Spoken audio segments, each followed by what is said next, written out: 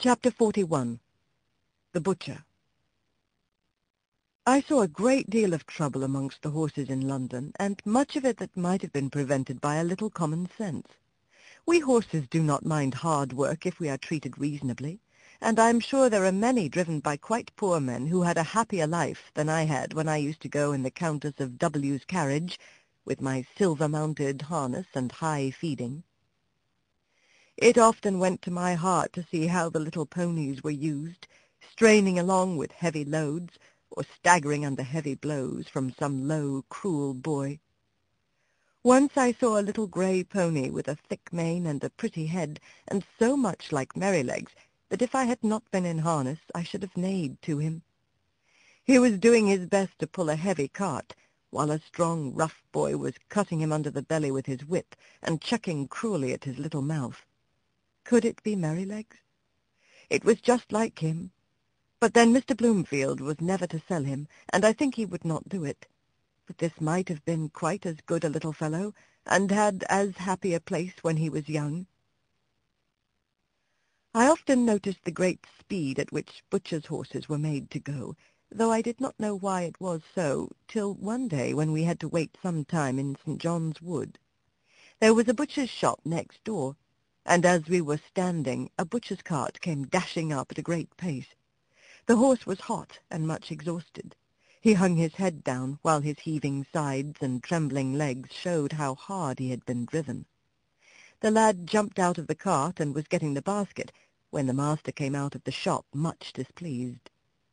After looking at the horse, he turned angrily to the lad. "How many times shall I tell you not to drive in this way? You ruined the last horse and broke his wind, and you are going to ruin this in the same way.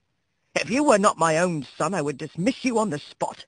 It is a disgrace to have a horse brought to the shop in a condition like that. You are liable to be taken up by the police for such driving, and if you are, you need not look to me for bail, for I have spoken to you till I am tired. You must look out for yourself." During this speech the boy had stood by, sullen and dogged, but when his father ceased, he broke out angrily. It wasn't his fault, and he wouldn't take the blame. He was only going by orders all the time. "You always say, 'Now be quick, now look sharp,' and when I go to the houses, one wants a leg of mutton for an early dinner, and I must be back with it in a quarter of an hour. Another cook had forgotten to order the beef. I must go and fetch it, and be back in no time, or the mistress will scold. And the housekeeper says they have company coming unexpectedly, and must have some chops sent up directly. And the lady at number 4 in the Crescent never orders her dinner till the meat comes in for lunch, and it's nothing but hurry, hurry all the time. If the gentry would think of what they want and order their meat the day before, there need not be this blow-up." "I wish to goodness they would," said the butcher. "'Twould save me a wonderful deal of harass, and I could suit my customers much better if I knew beforehand. But there, what's the use of talking?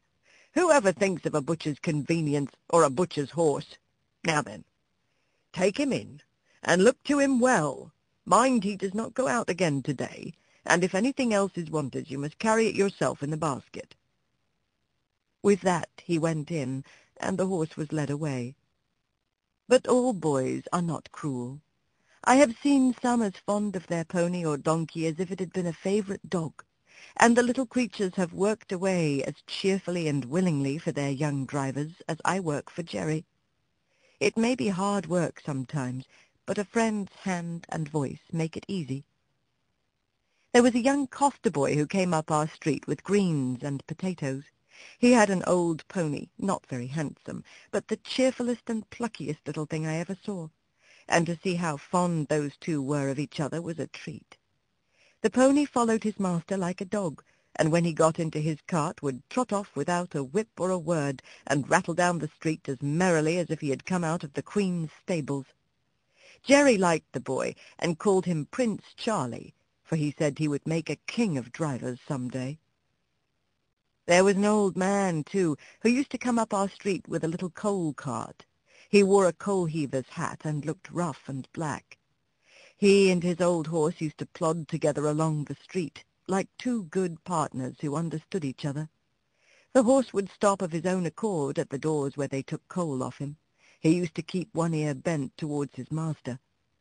The old man's cry could be heard up the street long before he came near.